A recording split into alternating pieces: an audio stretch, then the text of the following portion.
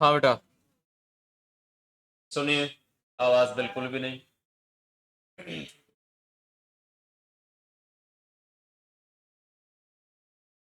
तो last point अपन ने discuss कर लिया था थोड़ा बहुत कि कौन है बेटा, बीजों के गुण, या मैं कहूं कि उत्तम बीज के गुण और उनकी विशेषताओं को अपन थोड़ा सा एक्सप्लेन किया था और देखा भी था बेटा। जैसे नो वहां तक कोई प्रॉब्लम? जैसे नो बेटा, आगे कंटिन्यू करेंगे इसको। तो नेक्स्ट पॉइंट कौन सा आता है? बीजों की प्रसुप्ति। सिर्फ टॉपिक का या पॉइंट का नाम लिखना है क्योंकि इसको पूरा अपन ने देख लिया बेटे। तो नंबर कौन सा है ये?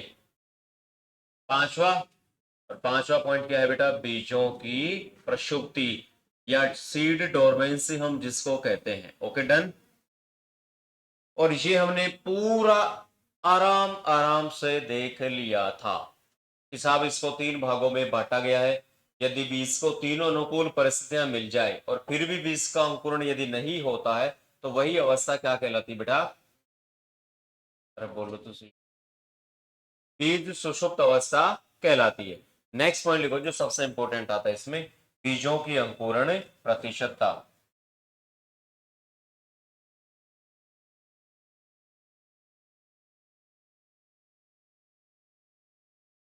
लिखो, बीजों की अंकुरण प्रतिशतता या क्षमता भी हम बोल सकते हैं, क्या कैपेसिटी है इसकी। तो हेडिंग डालो बेटा, बीजों की अंकुरण प्रतिशतता। मतलब ये होता है कि हम जो बीज लगाएंगे उसमें कितने बीजों का अंकुरण होता है। सबसे ज्यादा अंकुरण किस फसल का होता है, सबसे कम किसका होता है। एक एक फसल को यहां पर अपने एक्सप्लेन करेंगे। तो इसमें फॉर्मूला आता है, वो लिख लो बेटा। अंकुरित बीजों की संख्या, अंकुरित बीजों की संख्या और बोए गए बीजों की संख्या। बोए गए बीजों की संख्या बटा इंटू कितना है बेटा? इंटू पूरा का पूरा 100। तो कर दो नोट भाई, कितने बीज अंकुरित हुए और इंटू 100।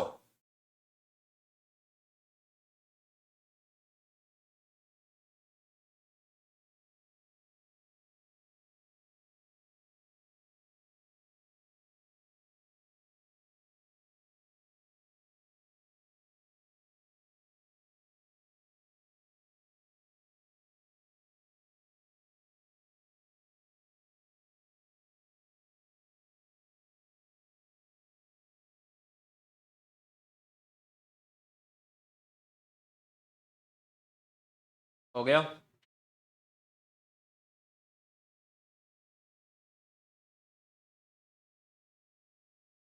अब देखो बेटा, सामने देखो, यहां पर अलग अलग फसलें आती है। यदि आपको डायरेक्ट पूछ ले, जैसे मान लो कि आप किसी भी फसल के पूरे 100 बीज लगाना चाहते हो, तो आपकी इच्छा क्या होगी कि इसमें से कितने बीजों का अंकुरण होना चाहिए? अपन तो यही चाहेंगे कि भाई 100 में से 100 होना चाहिए, लेकिन ऐसा होता है क्या? ऐसा नहीं होता। भाई खींच के कितने बीजों का अंकुरण हो सकता है? 95 जो सीड है वो जर्मिनेट हो सकते हैं। जैसे नो, जैसे बेटा उबास से ले रहा है, क्या कर रहा था रात्रि में? वजन थोड़ी कर रहा था, ऐसे लंबे लंबे उबासे ले रहा है। थोड़ा आराम से। इतना बड़ा उबासा कौन लेता है? हाँ, छोटा उबासा ले रहा ताकि पता, पड़ोसी को भी पता नहीं चले कि तूने क्या ले लिया, है ना। अब मेरे तक पता लग रहा है कि तू क्या ले रहा है। तो कुछ चीजें आराम से की जाती है। अब तू कैसे कर? क्या यार तू बड़ी बड़ी क्लास में ऐसे छोटी छोटी बातें करता है।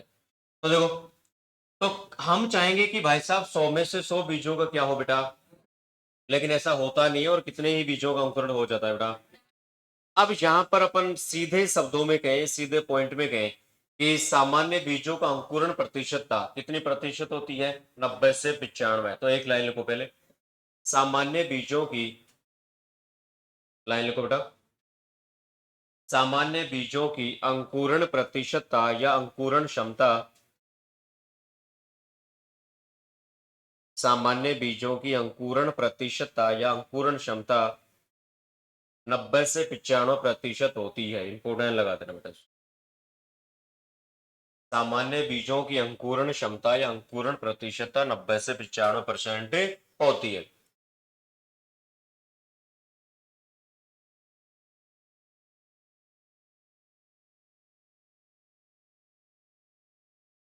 लिख दिया? नेक्स्ट लिखो।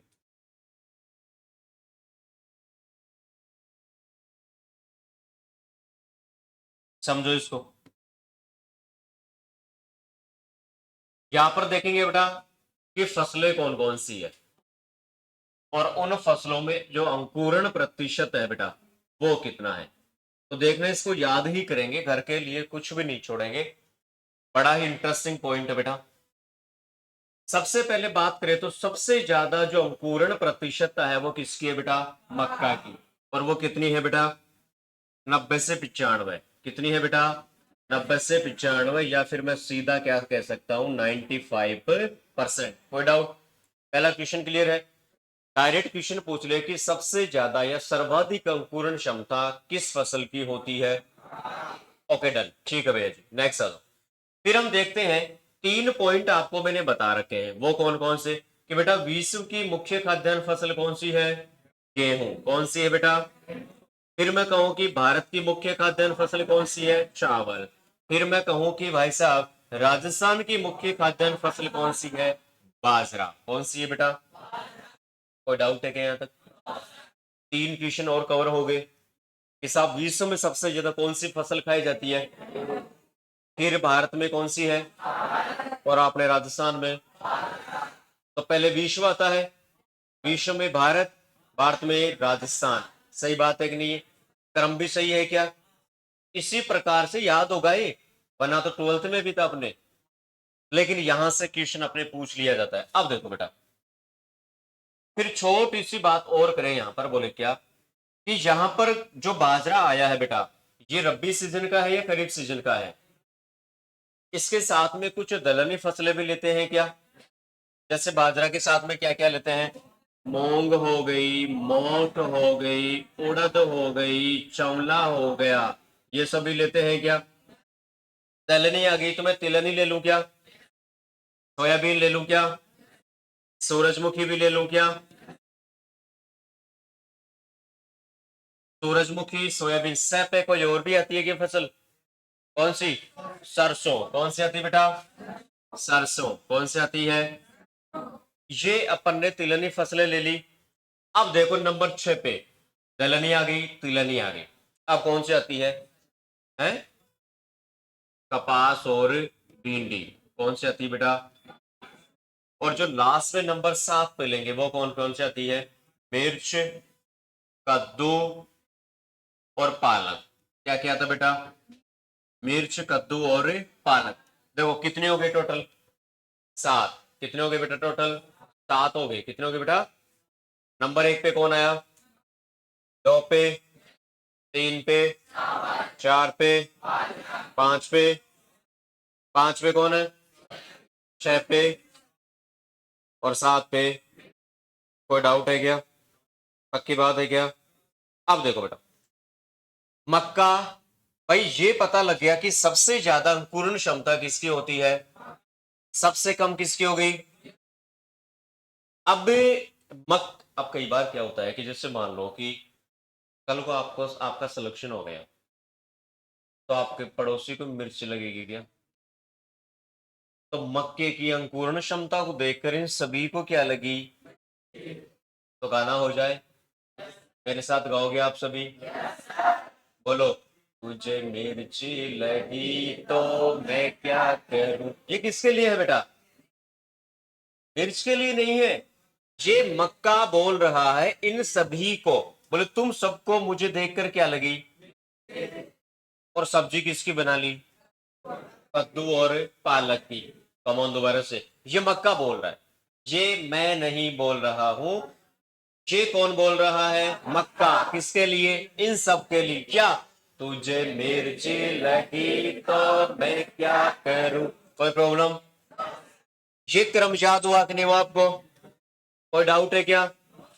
अब देखो बेटा, यहां पर अपन थोड़ा सा और देखें क्या, कि यहां पर तो आया 90 से 95%। चलो मैं इसको साइड में थोड़ा सा लिख देता हूं क्योंकि ये बीच में आ चुका है। यहां पर देखो बेटा, अंकुरण प्रतिशत, अंकुरण प्रतिशत में हम देखते हैं तो भाई मक्का में तो कितना है बेटा, 90 से 95%। अब ज्यादा नहीं है, आप 5-5 कम करते रहो। भाई गेहूं में कितना आएगा, 85। कितना आएगा, चावल में कितना जाएगा, इसके अलावा इसमें कितना जाएगा, इसमें, इसमें और इसमें। बताओ, रटने की आवश्यकता है क्या, पक्की बात है बेटा। अब ट्यूशन किसी भी प्रकार से पूछ ले, आप आराम से कर दोगे क्या, बोलो ये जवानी है दीवानी, तो दिखा दो जवानी।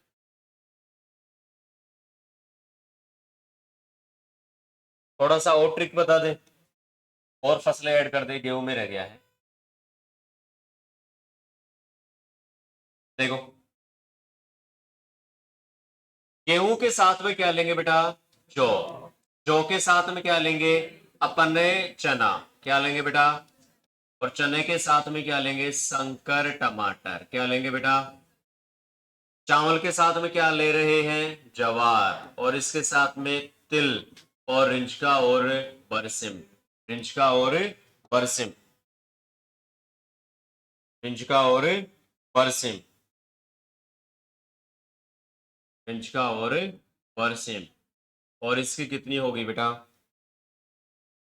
80%। 80% हो गई क्या। अब देखो, रुको सामने देखो एक बार, रुको लिखने की बड़ी जल्दी रहती है। देखो सामने एक बार, अभी मैंने क्या कहा कि विश्व की मुख्य खाद्यान्न फसल कौन सी है। अब पहली लाइन भी तो पूरी याद होनी चाहिए ना, तो आपने क्या किया, गेहूं और जौ के आटे को किया मिक्स। कि साहब आज गेहूं और जौ के आटे को मिक्स करके रोटी बनाएंगे, केवल गेहूं की नहीं बनाएंगे। बोले साहब ग्लूटीन होती है, वो एलर्जी पैदा करती है। तो हमने क्या किया, जौ के आटे को मिक्स कर दिया और दाल किसकी बना दी, सलाद के रूप में क्या ले लिया। और वो सलाद कौन लेकर आया, शंकर लेकर आया क्या, डाउट रहेगा। अरे रोटी किसकी बनाई, दाल किसकी बनाई, सलाद के रूप में क्या खाया, कौन लेकर आया। आप तो फिर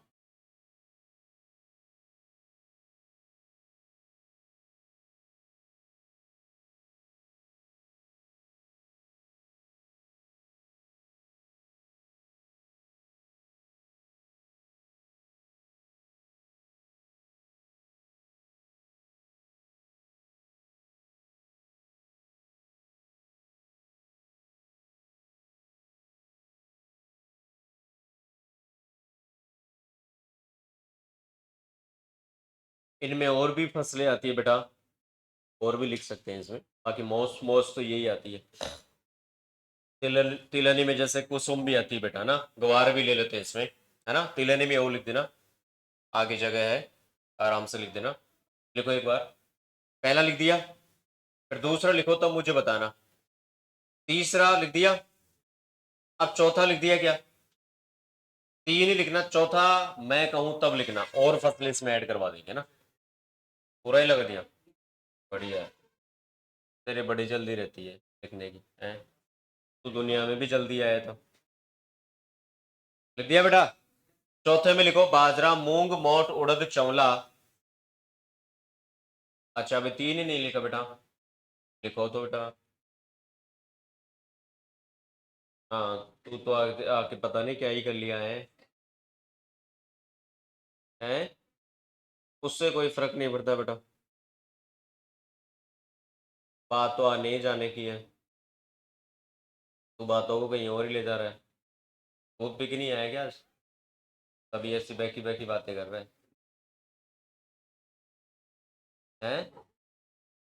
तो रहा है मिला आपको। लिख दिया बेटा, बाजरा, मूंग, मोट, उड़द, इसमें अरहर भी लिख दो बेटा। बाजरा, मूंग, मोट, उड़द, चौला, अरहर भी लिख दो बेटा। बैंगन, मटर, मसूर भी लिख दो। हाँ, बैंगन, इसी में लिखना कंटिन्यू, बैंगन मतलब बैंगन ब्रिंजल है ना, बैंगन मटर और मसूर, ये भी ऐड कर देना इसमें, बैंगन मटर और मसूर। और सभी का कितना परसेंट है बेटा? 75%। कितना है बेटा? 75%। Okay done. नेक्स्ट लिखो, सोयाबीन, सूरजमुखी, सरसों, फिर और ऐड करेंगे इसमें, सोयाबीन, सूरजमुखी और सरसों।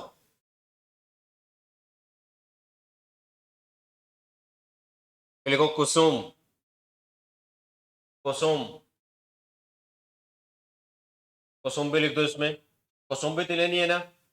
मूंगफली भी लिख दो इसमें, सोयाबीन, सूरजमुखी, सरसों, कुसुम, मूंगफली लिख दिया बेटा।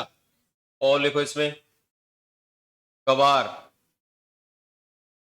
प्याज, ग्वार, प्याज,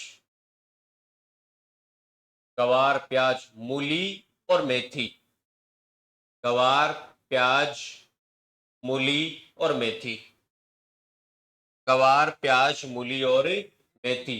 बाकी कपास, भिंडी ये इतनी है फसलें, और लास्ट में मिर्ची, कद्दू और पालक। बना दो बेटा इसको।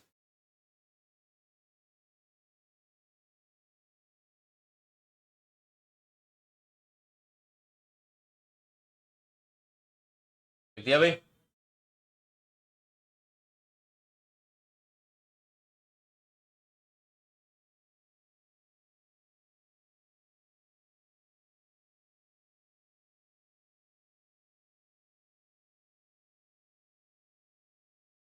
या तो हो गया ना बेटा?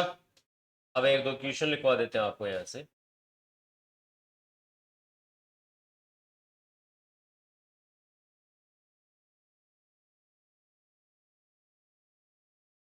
चले, लिखो फर्स्ट क्वेश्चन। फर्स्ट क्वेश्चन लिखो माय डियर,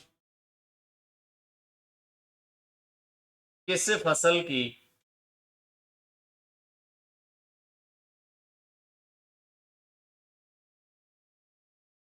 अंकुरण क्षमता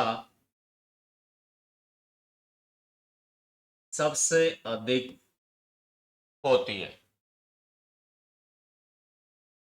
ये तो हो गया बेसिक क्वेश्चन। और आंसर क्या निकल के आएगा बेटा? मक्का। और मक्का की कितनी है बेटा? 95%। डन। ये है एक पहला, या मैं कहूं फर्स्ट क्वेश्चन का टाइप। और भी देख लेते हैं, दूसरा भी देखें बेटा। चलो फर्स्ट लिख लिया होगा मुझे उम्मीद है। चलें क्या आगे? आ जाओ सेकंड लिखो। निम्न में से बड़ा क्वेश्चन देख लेते हैं अब, जिसमें सारे क्वेश्चन आ जाएंगे। निम्न में से कौन सा कथन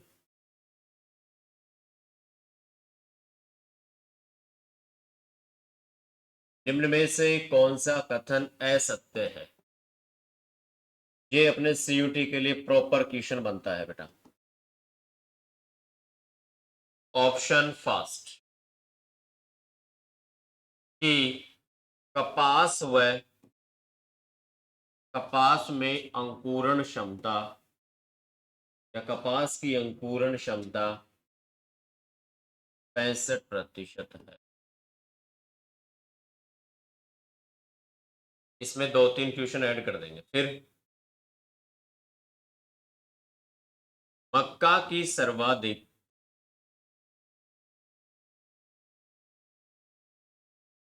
अंकुरण क्षमता होती,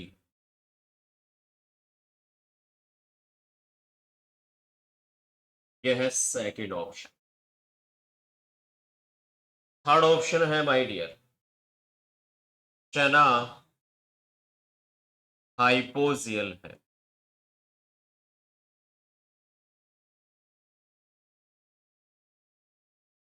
एंड नंबर फोर, एक और दे दे, और वो दे देते हैं अपन बाजरा में नमी की मात्रा 6 से 8% होती है। मतलब भंडारण के समय वाली बात है। तो भैया जी बता दो गलत कौन सा है। तीसरा है, चौथा है। चौथा क्यों है?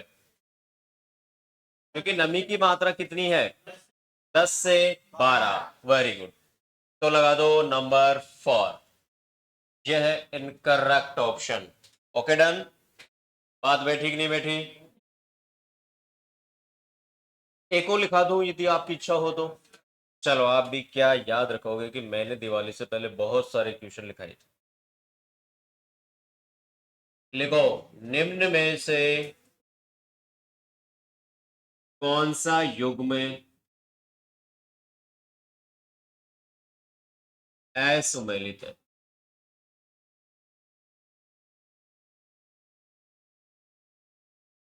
निम्न में से कौन सा युग्म असुमेलित है? फर्स्ट ऑप्शन, फर्स्ट ऑप्शन है बेटा अरहर। अरहर है बेटा 70%। सेकंड ऑप्शन है पालक। पालक में है बेटा 60%। थर्ड है गेहूं, और गेहूं में है बेटा 85%। और नंबर 4 है भिंडी, और भिंडी में है बेटा 65%। कौन सा जाएगा भाई? पहला जाएगा क्या? पहला क्यों जाएगा? क्योंकि इसमें कितना है? 75%, है ना? ये अंकुरण प्रतिशत से रिलेटेड क्वेश्चन पूछ लेता है। तो इसमें जो पीजन पी, जिसको हम रेड ग्राम या लाल चना भी कहते हैं, इसको क्या कहते हैं बेटा? अरे भाई रेड ग्राम इंग्लिश में कहते हैं क्या? रेड का मतलब हुआ लाल, ग्राम का मतलब है चना। अभी सुपरवाइजर के एग्जाम में पूछा हुआ है कि लाल चने का बोटनिकल नेम क्या है? केजनस केजान। केजनस। तो चलिए नेक्स्ट पॉइंट। ये क्या होता है यहां पर? Point finish. नेक्स्ट लिखो। देखो, बीजों की जीवन क्षमता या जैव रासायनिक विधि, और समझो इसको।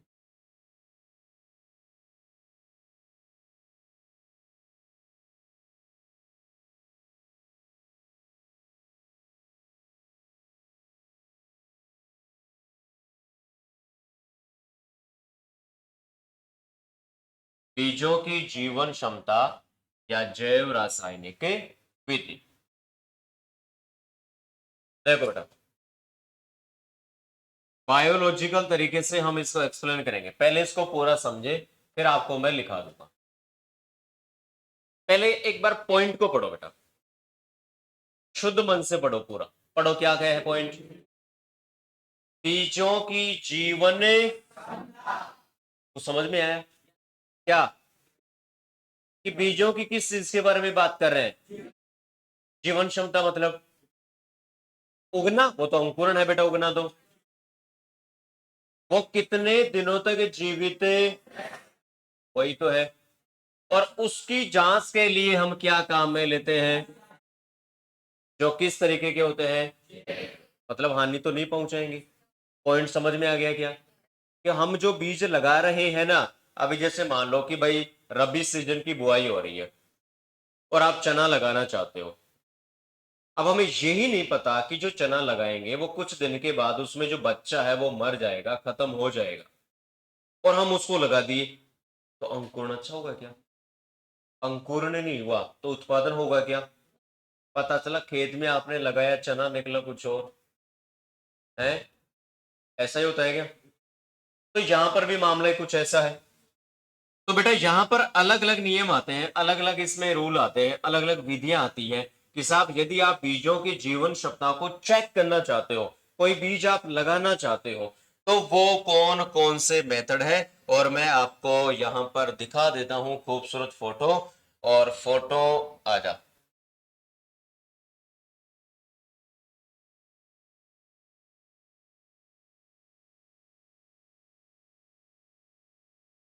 और उस टेस्ट का नाम क्या है बेटा? T Z test. क्या नाम है बेटा? क्या आपको पूरा मालूम है इसका नाम क्या है बेटा? क्या नाम है भाई? पहला परीक्षण आता है जो सबसे इंपॉर्टेंट है, टेट्राजोलियम परीक्षण। बेटा क्या बोला मैंने नाम? टेट्राजोलियम परीक्षण होता है बेटा। अब इसको मैं पूरा समझा देता हूं, आप समझना। देखो देखो यहां पर आपको क्या दिख रहा है बेटा? ये बीज है जो अलग अलग रंग के हैं क्या बेटा? इससे हमें बिल्कुल बिल्कुल जो भी कमियां हैं वो दूर हो जाएंगी, पूरा का पूरा समझ में आ जाएगा। देखो हम लेते हैं टीजेड परीक्षण, मतलब टेट्राजोलियम परीक्षण। सबसे पहले क्या करते हैं बेटा? एक बीकर लेते हैं। क्या लेते हैं? उस बीकर में 0.5 से 1%, कितना बेटा?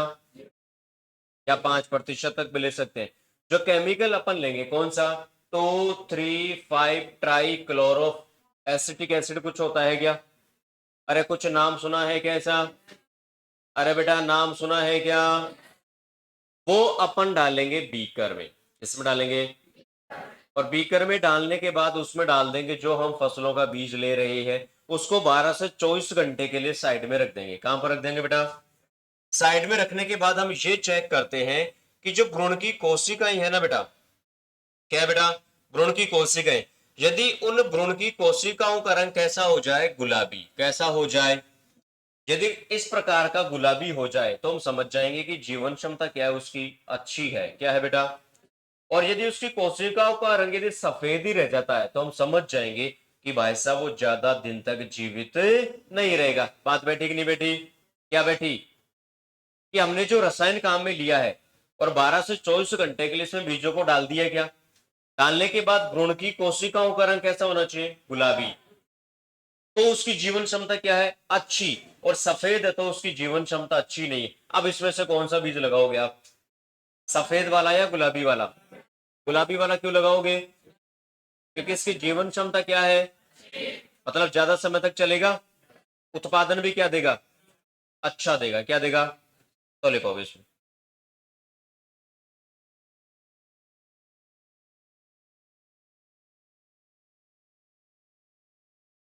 लिखो पहला, पहले लिखो टी जेड परीक्षण।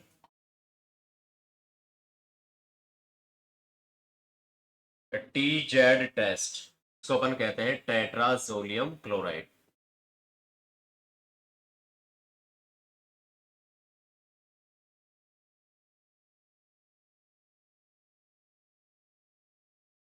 लिखो बेटा, नाम लिखो टी जेड टेस्ट, ये सबसे इंपॉर्टेंट है बेटा।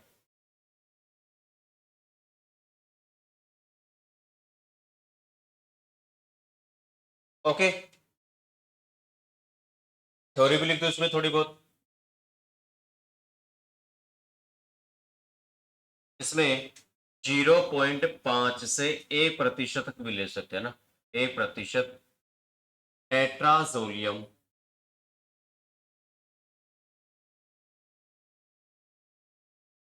टेट्राजोलियम क्लोराइड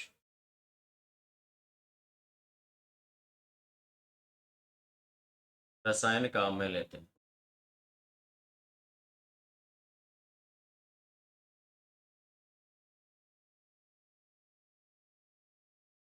एक और काम में ले सकते हैं, देखो 2, 3, 5, क्या कहते हैं तीन को? ट्राई। तो try phenyl tetrazolium chloride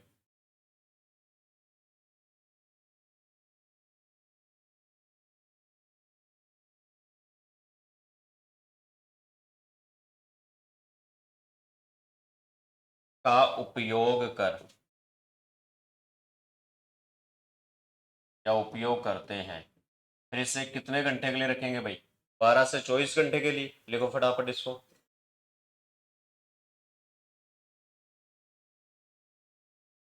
2, 3, 5 try, तीन को कह दिया try phenyl tetrazolium chloride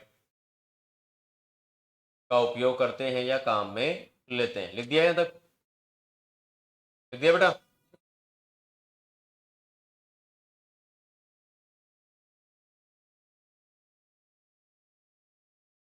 next इसे 12 से 24 घंटे के लिए सुरक्षित स्थान पर रखा जाता है। सुरक्षित स्थान पर रखा जाता है।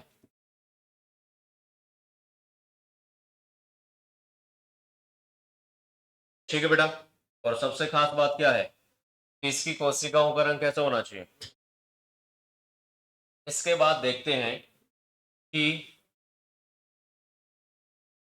इसकी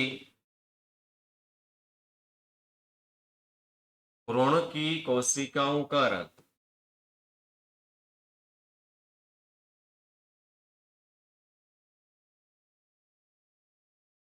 यदि हल्का गुलाबी या गुलाबी होता है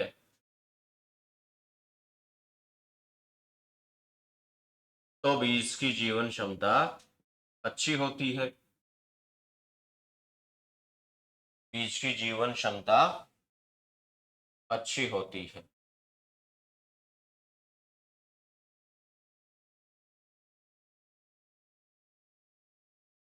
और ये टेस्ट ना बेटा भारत में अपनाते हैं, इसके अलावा किसी भी देश में नहीं अपनाते।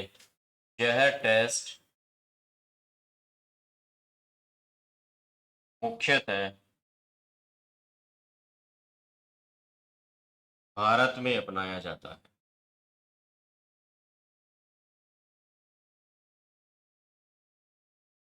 चलो साहब, ये आपका TZ टेस्ट है, वो क्या होता है, फिनिश। लिखो, क्वेश्चन यहां से बन जाता है, मैं क्वेश्चन लिखा दूंगा अभी।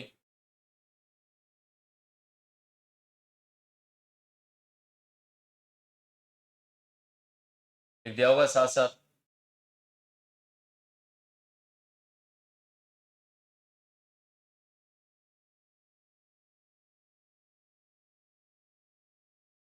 दूसरा लिखो, लिख दिया बेटा। दूसरा लिखो इसमें ब्रोमाइड या गोर्डेक्स टेस्ट।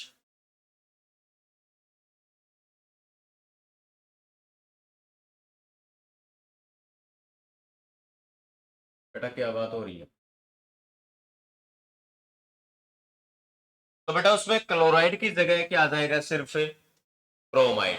क्या आ जाएगा बेटा, तो लिख दो इसमें 235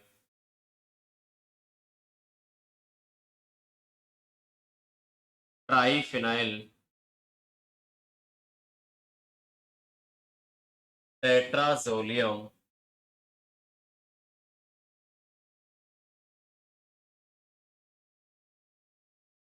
ब्रोमाइड काम में लेते हैं बस।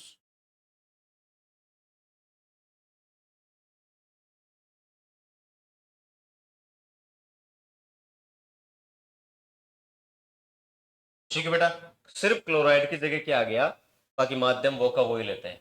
तीसरा एक और आ जाता है बेटा इसमें, KMnO4 पोटेशियम परमैंगनेट। लाल दवा भी कहते हैं कि इसको बेटा, पोटेशियम परमैंगनेट। लिखो, ये अपन काम में लेते हैं बीज की जीवन क्षमता को ज्ञात करने के लिए।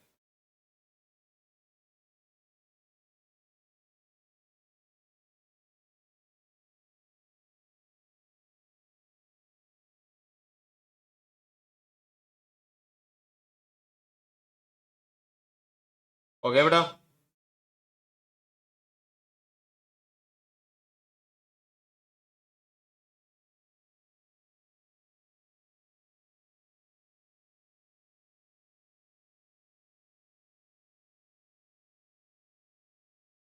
ठीक है बेटा, तो 3 परीक्षण हमने काम में लिए हैं, सुनो। पहला कौन सा लिया, TZ परीक्षण। सबसे इंपॉर्टेंट कौन सा है, TZ। कौन सा है बेटा। दूसरा कौन सा लिया, ब्रोमाइड या गोर्डेक्स। और तीसरा कौन सा लिया, पोटेशियम परमैंगनेट। अब हालांकि जैसे अपन ने देखा था बीज की सुषुप्त अवस्था को तोड़ा था, तो यदि सुषुप्त अवस्था को जल्दी तोड़ना है तो वहां पर कौन सा रसायन काम में लिया था, KNO3। कौन सा काम में लिया था, यदि यहां पर भी आपको बीज के बारे में जल्दी पहचान करनी है तो कौन सा यहां पर विधि काम में लोगे?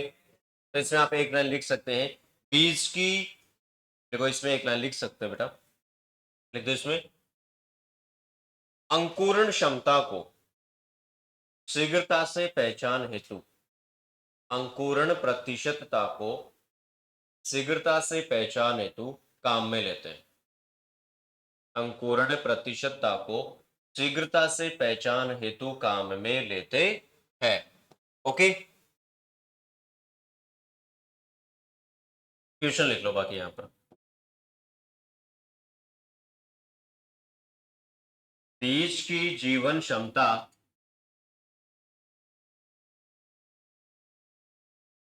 बीज की जीवन क्षमता को ज्ञात करने हेतु, बीज की जीवन क्षमता को ज्ञात करने हेतु सबसे सर्वोत्तम विधि है, या सबसे सर्वोत्तम मेथड है? कौन सा है बेटा? टीजेड,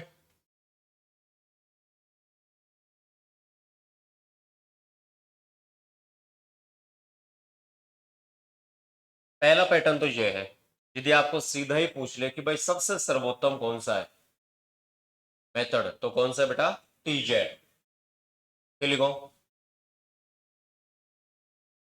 लिख दो दूसरा क्वेश्चन, दूसरा क्वेश्चन लिखो, बीज की जीवन क्षमता को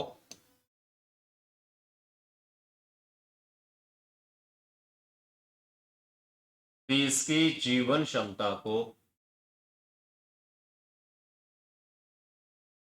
ज्ञात करने हेतु, बीज की जीवन क्षमता को ज्ञात करने हेतु कौन से परीक्षण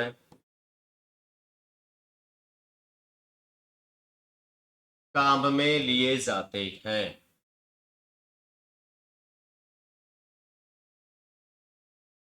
बीज की जीवन क्षमता को ज्ञात करने हेतु कौन से परीक्षण काम में लिए जाते हैं? तो फर्स्ट ऑप्शन है बेटा टी जेड टेस्ट, सेकेंड है माय डियर कोरडेक्स, और थर्ड है पोटेशियम परमैंगनेट, और फोर है उपरोक्त सभी, ऑल ऑफ दिस। कौन सा आएगा बेटा? ऑल ऑफ दिस जाएगा, मतलब सभी काम में लेते, लेकिन सर्वोत्तम के लिए पूछे तो कौन सा? और यहां पर ऑल ऑफ दिस दे दिया, मतलब ऑप्शन चौथा नहीं होता, चौथे में कुछ और होता। जैसे मान लो कि यहां पर नन ऑफ दीज होता तो कौन सा मानते? तो फिर कौन सा मानते? समझ गए क्वेश्चन को? यहां पर क्वेश्चन में ये होता कि प्रोक्त में से कोई नहीं या नन ऑफ दीज, तो कौन सा मानते? पहला। और ऑल ऑफ दीज मतलब प्रोक्त सभी है तो सभी मानेंगे। डन, मामला फिनिश है क्या? इसमें कोई डाउट? चलो नेक्स्ट चलते हैं, बीजों की वास्तविक उपयोगिता मान। नेक्स्ट पॉइंट लिखो, कौन सा था बेटा? है सातवां? हाँ जो भी था, बीजों की वास्तविक उपयोगिता।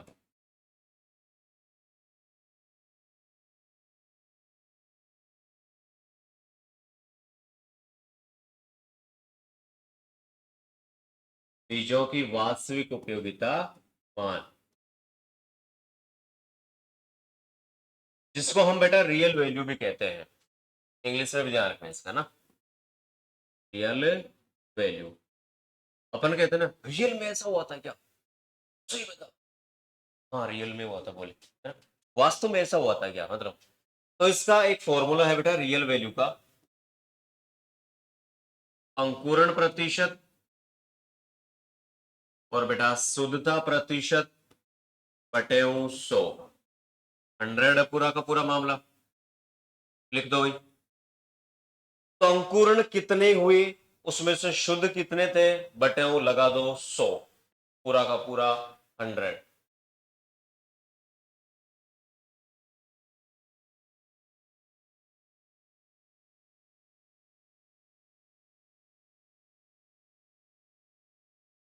ये बेटा, अब यहां से क्वेश्चन आपको डायरेक्ट पूछ ले कि भाई बीजों की जो रियल वैल्यू है वो कितने से कम नहीं होनी चाहिए, या वास्तविक उपयोगिता का मान कितने से कम नहीं होना चाहिए, वरना वो बीज किसी काम का नहीं है। 75 कितना है बेटा? तो आगे लाइन लिखे, ये बड़ी बहुत ही खास खूबसूरत लाइन है बेटा, इसमें लिखो बीजों का वास्तविक उपयोगिता का मान 75% से कम नहीं होना चाहिए।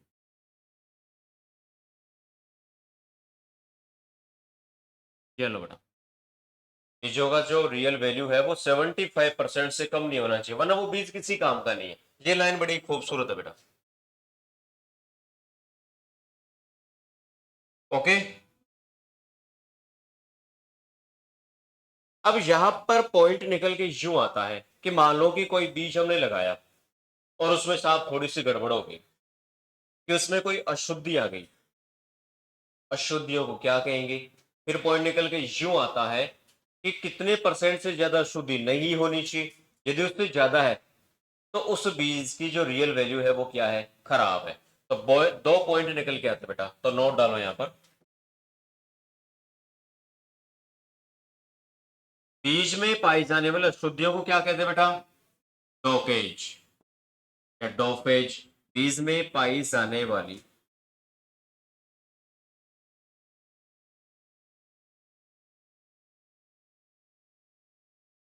अशुद्धियों को डोफेज या डोकेज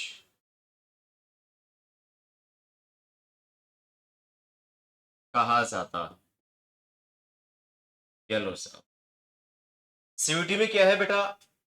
जेट में तो क्या है कि क्वेश्चन को शॉर्ट दे देता है, लेकिन सीयूटी में पूरा का पूरा सेंटेंस उठा लेता है। ले साहब अब करके बता, इसलिए पूरी थ्योरी लिखना कंपलसरी है। तो लिखो, बीजों में पाई जाने वाली अशुद्धियों को क्या कहते हैं बेटा? डोफेज।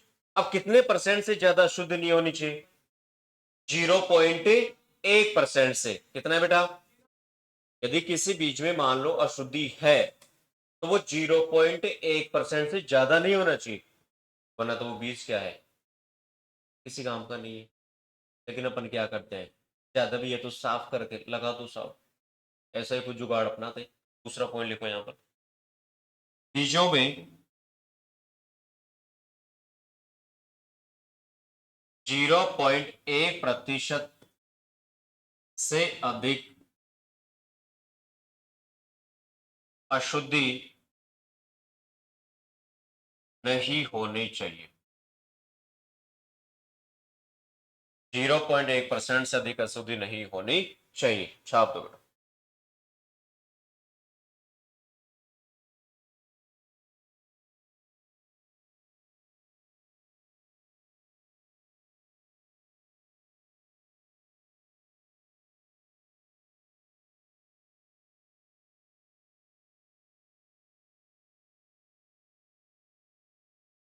ओके, अब ये तो अपन ने क्या देखा कि भाई बीज में अंकुरण क्षमता कितनी क्या है। अब हम देख लेते हैं कि मान लो अपन बीज लगा रहे हैं बेटा, क्या लगा रहे हैं? बीज। तो उस बीज में जो बीजों को उपचार करना है, अच्छा बीज का उपचार करना जरूरी है क्या बीज को लगाने से पहले? क्यों जरूरी है बेटा? क्योंकि भाई कोई फफूंद ना फैले, कोई कीट ना फैले, कोई रोग ना फैले, तो पहले उसका क्या कर दो? इलाज क्या कर दो? हमारा भी किसी ने किया है कि इलाज? किसने किया है? तो तुम ही किसी का इलाज कर दो, तुम्हारा कौन करेगा? ऐसा ही कुछ है क्या? आज तक तुमने किसी का इलाज किया है? किसका किया है? अरे किसी को पीट पाट के आपने ऐसा कोई कार्य तो किया ही होगा। फिर घर वालों के पास भी आपने पिछवाड़े को भी लाल करवाया होगा। हाँ मुझे पता है, आप मना मत करो। कई बार तो स्थिति ऐसी आ जाती है कि बैठे तो किससे बैठे, मामला थोड़ा सीरियस है, ऐसा गंभीर है सब है। तो लिखो बेटा यहाँ पर क्या पॉइंट अपना। हम्म, बीजों को क्या करेंगे? उपचारित। तो हेडिंग डाल दो, बीज उपचार का क्रम। बीज उपचार का क्रम।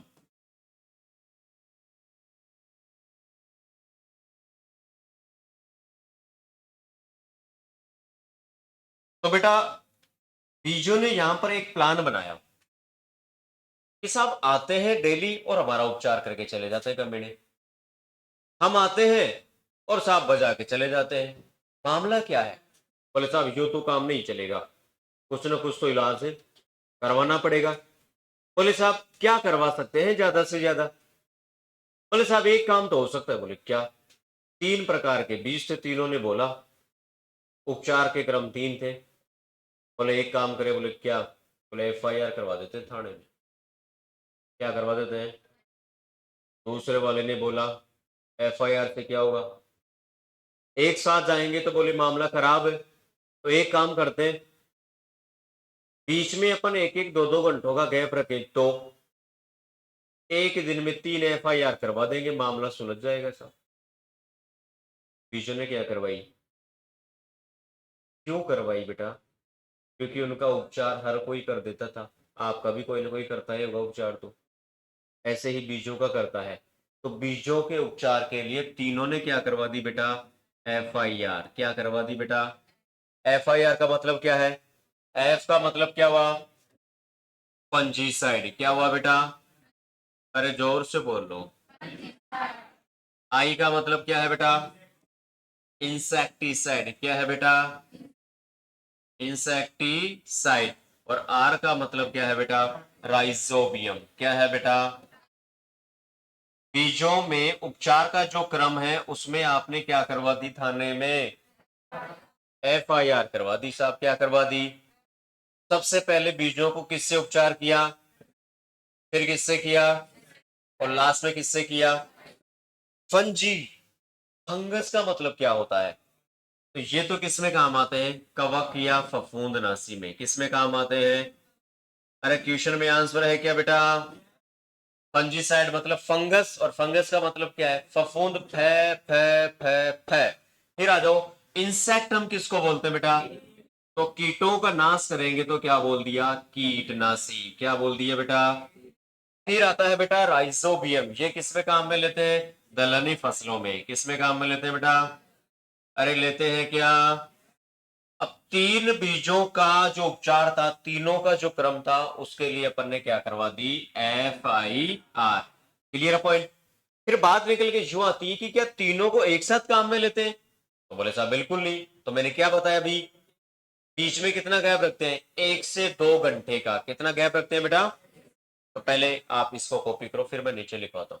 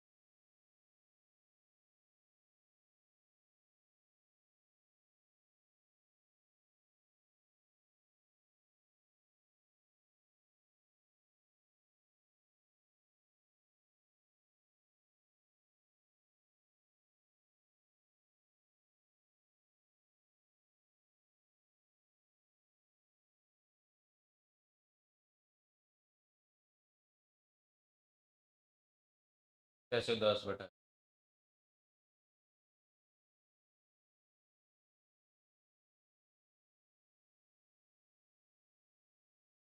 लास्ट लाइन और लिख दो बेटा इसमें। यही नहीं बनाया क्या?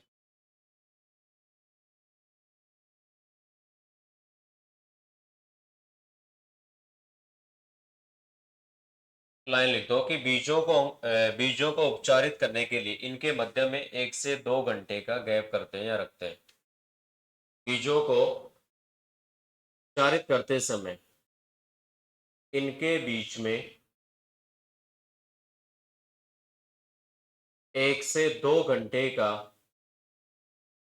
गैप रखते हैं बेटा। ओके। यस या नो माय डियर? अब देखो, आज जो पढ़ा है उसको मैं एक बार रिवाइज करवा देता हूं, बाकी कल नया टॉपिक इसमें स्टार्ट करेंगे। कल बीच फिनिश हो जाएगा जहां तक अपन कोशिश करेंगे। देखो, आज अपन ने कहां से स्टार्ट किया था? यहां से किया था क्या? बीजों की प्रसुप्ति अपन ने देख ली थी, प्राथमिक सुषुप्त अवस्था, द्वितीयक सुषुप्त, सामने देखो। और तीसरा कौन सा था? बलकृत सुषुप्त अवस्था। वहां पर कोई प्रॉब्लम है क्या? फिर क्या देखा? बीजों की अंकुरण क्षमता, कितने बीज अंकुरित हुए और कितने हमने लगाए। जहां तक कोई डाउट इसमें याद रहेगा कि विश्व की कौन सी है, मुख्य कौन सी है, सबसे ज्यादा किसकी है, किसको मिर्च लगी, सारा याद रहेगा क्या बेटा? फिर हमने देखा यहाँ पर क्वेश्चन, इसके अलावा क्या देखा? दूसरा क्वेश्चन, फिर देखा तीसरा क्वेश्चन, फिर देखा अपन ने बीजों की जीवन क्षमता, कि जो हम बीज लगा रहे हैं वो कितने दिनों तक जीवित रहेगा। इसके लिए हम अलग अलग क्या लेते हैं यहाँ पर? परीक्षण। और सबसे इंपॉर्टेंट कौन सा है बेटा? टीजेड। पूरा नाम क्या है बेटा? और इसमें कितना रसायन लिया? 0.5 से 1%। रसायन का नाम क्या है? 235। तीन को कह दिया ट्राई फिनाइल टेट्राजोलियम क्लोराइड काम में लेते हैं। और इसमें 12 से 24 घंटे के लिए इसको रखते हैं। और इसमें भ्रूण की कोशिकाओं का रंग कैसा होना चाहिए? गुलाबी। तो वो बीज क्या है? अच्छा। सफेद है तो वो बीज अच्छा नहीं है। इसके बाद में दूसरा कौन सा देखा? ब्रोमाइड या गोडेक्स। क्लोराइड की जगह सिर्फ क्या आ गया? ब्रोमाइड। और तीसरा कौन सा आता है? पोटेशियम परमैंगनेट, जिसको क्या कहते हैं? लाल दवा। यदि शीघ्रता से जांच करनी है तो कौन सा काम में लेंगे? KMnO4। फिर कौन सा है बेटा? क्वेश्चन, क्वेश्चन अपन ने देख लिए, ओके डन। फिर क्या आया? बीजों की वास्तविक उपयोगिता, या फिर क्या कहते हैं इसको? Real value. बेटा वास्तविक उपयोगिता का मान किससे कम नहीं होना चाहिए? 75% से कम नहीं होना चाहिए, वरना वो बीज किसी काम का नहीं है। बेटा जो अशुद्धि पाई जाती है उसको क्या कहते हैं? डोकेज या डोफेज। कितने परसेंट से ज्यादा नहीं होनी चाहिए? 0.1% से ज्यादा नहीं होनी चाहिए। उपचार के क्रम में अपने थाने में क्या करवा दिया? FIR। एफ का मतलब क्या है? फंजीसाइड।